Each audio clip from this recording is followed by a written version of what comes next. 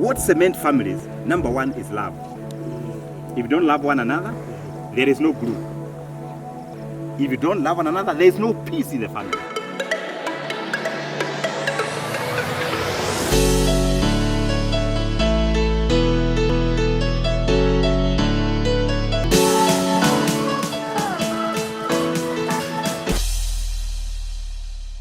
Karibuni sana popote mlipo, and I tell you, we are grateful that you've joined us, and asanteni sana sana. And today's topic, it's a very interesting topic.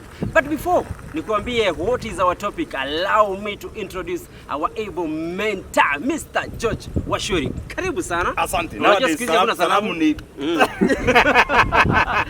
chapa zile zetu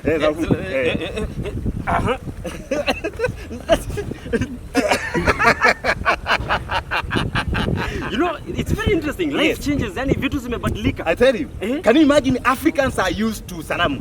Now you meet your pastor, you meet your mother, you are not able to really feel one another. We will dive into that briefly. How do we cope up with that in these times? And remember, DJ, this is 1.5 meters. This is 1.5 meters? Yes.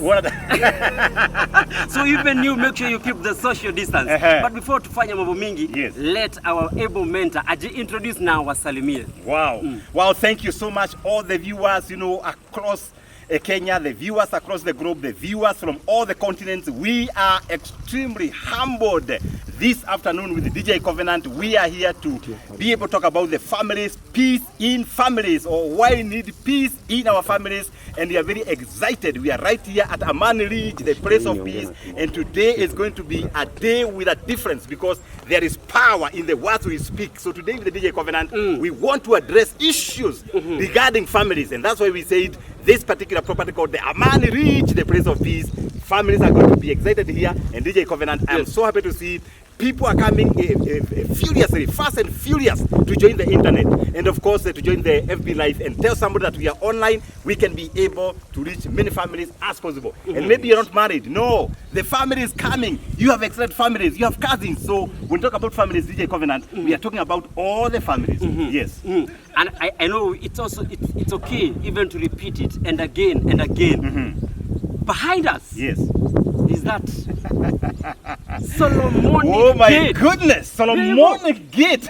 Power in confession. Power in confession. Remember DJ Covenant, when we first came here and they talked about the Solomonic Gate, there's somebody who wrote to me an SMS.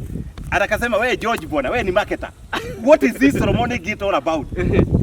A year later, the lady came with the husband to see the Solomonic Gate, and the lady was kissing the gate. Can you imagine? This is Solomonic Gate, and within no time, the lady actually persuaded the husband. Let's pick a portion here to be part of this peace at Amani Ridge, the place of peace, because there is power with gates. In the Bible, gates were constructed according to a certain specification. And that's why you look at this Solomonic Gate. This is not just a gate. Easy on the Peter No, the architect did his masters in Australia. The architect. The first degree was in Kenya. The masters was in Australia. Look at that gate. I have personally never seen a gate like this one the whole of my life. Wow. Even for me, you know, I know I was sharing this and I was telling you, wow, we were just talking about this Solomonic Gate. But today, I'm here to witness. I tell you.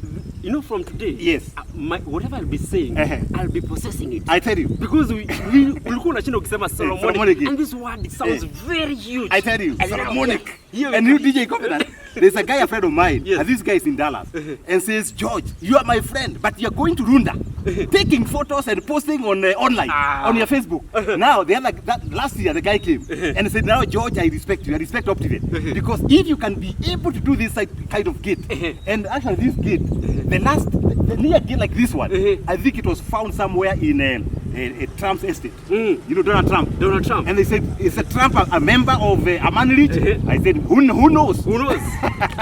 Today we have a very interesting topic. Yes. And at some point, I know we'll chip in, this is more of a family and also mentorship. We'll be introducing someone called Jaja the Fun Master. I tell you. That will come and say something here. But today we want to talk about peace in the family. I tell you, peace in the family. Yes, peace in the family. I don't know where you are, how your family is, what is happening. But today we are here to talk to you. And that's why Mr. George and we created this time so that we can talk about peace in the family. Mr. George. And I think, DJ Covenant, yes, we can maybe allow our thousands and thousands of viewers, maybe if you have a comment or a question regarding families, you can be able to pose that question there. And our team, our able team here, John is here, Kevin is here, Kevo is here, Nagira is here, we can be able to answer some of these questions because there is power when families stick together. Yes. When a country has got stable families, it means the country can be able to develop. When organizations like Optivin have got stable families, the organization can only lead to be champions in real estate. When your family is united, something happens when there's peace in the family. And this topic DJ Covenant, and our viewers, I'm very excited to share some experiences because personally I'm afraid of very many people. And I know the challenges, especially this time of COVID-19, the challenges families are experiencing. So you are not alone. Don't give up yet because there is hope with the families. Yes, excellent. And there's this one. Yes. You just read here. Patrick Ngige Maina. Anasemaje? Wow, Patrick Ngige Maina says, kwa kweli hiyo imetengenezwa. Woi, Patrick, we value you. The ceremony gate. Thank you, Patrick. Patrick says the gate imetengenezwa. And by the way, DJ Covenant, this is not George Wachiuri work. Let me tell you, Optivin, we have an amazing team, an amazing army. We have engineers here, we have architects here, and our team are always here to support our customers. And I give all the glory to God, and I thank all my staff, we call them partners, for a wonderful job, led by engineer Dixon himself. Mr. George, yes. Why peace in the families? Wow, DJ Covenant, that's a very, very important question. Why do we require peace and harmony in families? You know, the families that stand together, the family that prays together, stays together. When a family is peaceful, the children are also peaceful. When the family is peaceful, the way we bring up our children, they come up with a smile. You come on, wako very serious. Because there is seriousness, their family, there is no fun. And let me tell you, when families are united, the country is also united. That's why in the Bible they say, we need to really value, honor, and respect families. When the families are together, things happen. They are able to invest, they are able to plan their own things, they are able to have a common vision, and when peace comes in our households, something happens. Even physical health. You know, right now we are talking about people with depression, people with stress, because number one, maybe the job is not there. Maybe you are paid half salary. Maybe you don't know the future. But this is the time that we require that peace in our families. This is the time that though you may not be going to the office, your office is your home, is the time we require that peace in your family. And if you are there and you have been having challenges, you have capacity, you have ability, you have permission from God to pray for peace in your family, because at the end of the DJ Covenant, the people to cultivate the peace, it's not the outsiders. The outsiders can only laugh at you. It is you, especially either the man of the house or the woman of the house, those who are single families. You are the kind to guide your family in a peaceful atmosphere so that the future becomes brighter. When people are peaceful, they are united. They are able to do stuff. They are able to do things together. And God is happy. When God looks at the happy families, himself anafurahi. Yes. And maybe talking of happy families, what causes, what is the source of this conflict in the family? Yes, we want this peace, but what are the sources of this conflict? That means I was reading a certain research, I think it was done in the US, and they were saying that most of the conflicts that sometimes you lead to divorce is because of unfaithfulness. You know, when you are coming together, you are very united. But when things started happening, the unfaithfulness creeps in. And when one spouse realizes that maybe one spouse, one partner is not faithful, there is a crack right there. Something else that brings a lot of issues with the families is financial management. You know, because once you have a family, you need to bring your resources together. Remember, you're custodians. Yes. As a husband and wife. You are a custodian, or maybe those who are single families. Your children and yourself. You are a custodian of resources God has given you. But when one person is domineering, one person dominates, the other one feels suppressed, conflicts started emerging. And of course, number three, what brings the conflict is what we call the, inferiority complex. One partner feels that ako lower. Maybe moja amesoma sana, mwingine hata hajaenda class 6 and problems started happening. And of course the last one is parallel visions. You know, as a husband, you have your own vision, you are pursuing your own goals, and as a wife, you have a different vision, and then competition comes in the house. What happens when competition comes? Mnaanza kupigana. Competition. You are supposed to complement one another. We have been seeing siblings. They compete against each other. Yes. Can you imagine? Siblings. You should be able to have a vision whereby you pursue it up to the end, so that by the end of the day, the vision is bigger and the family is becoming bigger. And that's the challenge we have, especially in Africa, whereby before some 50 years ago or 100 years ago, the families were very united. But because of this competition of resources, unaona kuna vita. Kashamba tu unakuta watu wameanza kupigania kashamba 1 acre. Can you imagine? And that's why for us at Optimum, we tell people, the time to move out and go out there, talk to Optimum to invest. The time to move out is not tomorrow, it is today. So that if you are from Muranga, for example, baba ako na kashamba kadogo, mnaanza kupigana kama brothers. That is not acceptable. Go out there, pursue your vision, buy your own piece, and then let life be better. Yes. Wow, excellent. And make sure, continue sending in your question. If you have any question, like there's a question I wanted to ask, but I've seen someone online on our Facebook page, and Uliza, how can we solve this? How can this conflict be solved? I think the most important thing is that the best thing to solve these conflicts, of course, number one is fear of God. That whatever your hands goes to do, God first, and tell God to align your vision and your mission and your goals. And once you fear God, the other things shall align. Of course, there are people who don't believe in God. They have their own way of sorting out these conflicts. Number two is to eliminate competition, complement one another. You know, when two minds work together for a certain goal, that goal must be achieved. And that's very, very important. And of course, there are other people who say they don't respect one another. So if you want to solve this conflict, respect each other. Allow people to express themselves. Allow people to discuss their thoughts, their emotions, their fears, and that way we can be able to sort out these issues. If you're coming to invest, for example, at Victory Gardens, for example, don't come and maybe one person comes, pays for a property that you want to surprise your spouse. You'll surprise yourself. Bring them together. Come with them. And I'm so happy when I see families coming here at Amani Ridge, the place of peace. They come with their children. They come with their spouses. And they walk around. Involve them in the decision making. Once they get involved, I can tell you, you are going to experience some peace. When you're selecting a property, let everyone have an opinion. Even our children. In fact, I challenge the parents out there that many times you go to look for investment. Now, nyuma. I am so happy there's a guy, a friend of mine, it's called Engineer Masharia. That guy comes here every weekend with the family and the children and their dog. Yani, they're just going around the Crescent Avenue, inside the project. Later on, we'll be able to show you how the projects look like. Why? Because he wants the families to be involved from the word go. Days are gone, DJ Covenant, and our viewers, whereby men used to go and buy Alexas. And I tell you, BB funguo. Why? Wewe nagila usifanye hivyo. Involve them. Yes. And I see already you've answered a question people were asking. Should we involve children in investment? Wow, very important. You know, because these children, we are mentoring them. You know, sometimes we assume a lot. I have a daughter who is young. Don't assume that they don't know. They know. When you go with them to see properties like Amani Ridge, the place of peace, even ask them, how big should our plot be like? Which view do you prefer? Because Amani Ridge have different views. Let the children tell you the best view. Maybe wataingia hapa waone Mount Kenya, waone Kilimambogo. They say, hey, Dad, let's have a plot here. So involve them, because you never know what you are putting in their system, in their minds. By the time they are our age, they are going to be the next George Wachiuri. Let me ask this question. Yes. How should family treat investment? I think family should treat investment as their own investment. They should be involved in the decision making. They should be able to make a decision. Do we like it?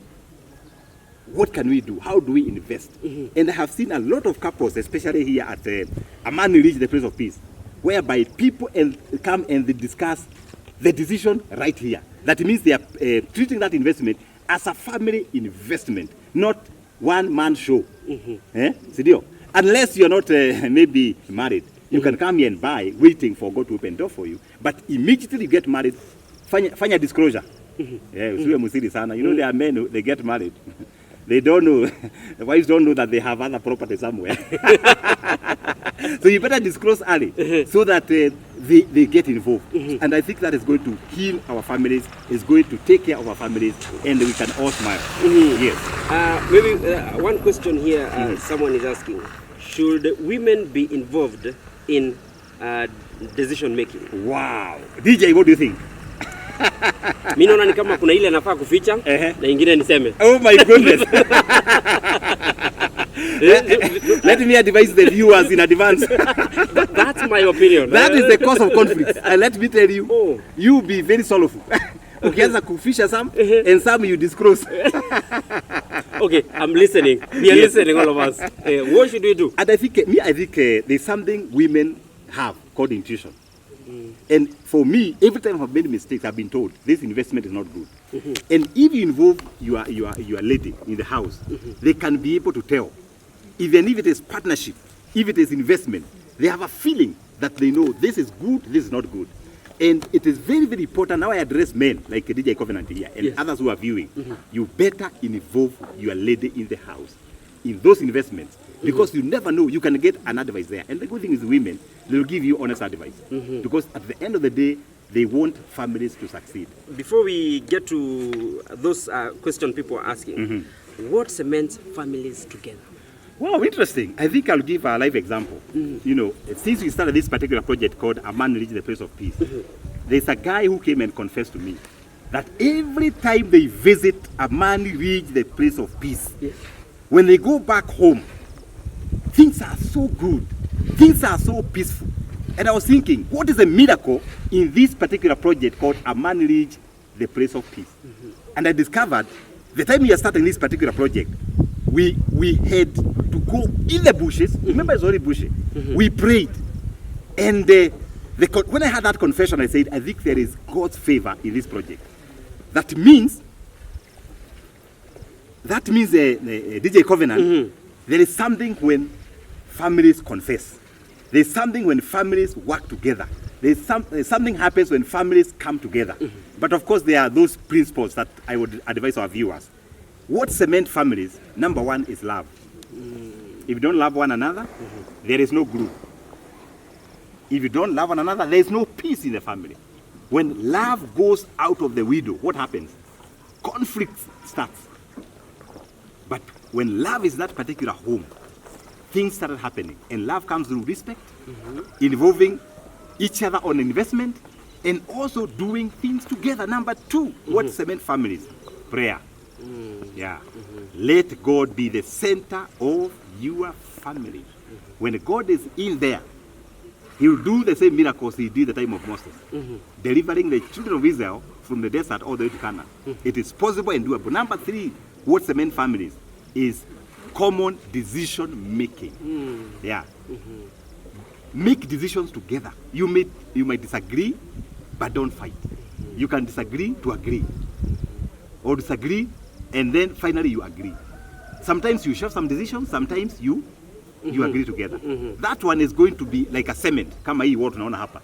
It's going to be wonders for your family. Maybe somebody say, George, wait a minute. My husband doesn't listen.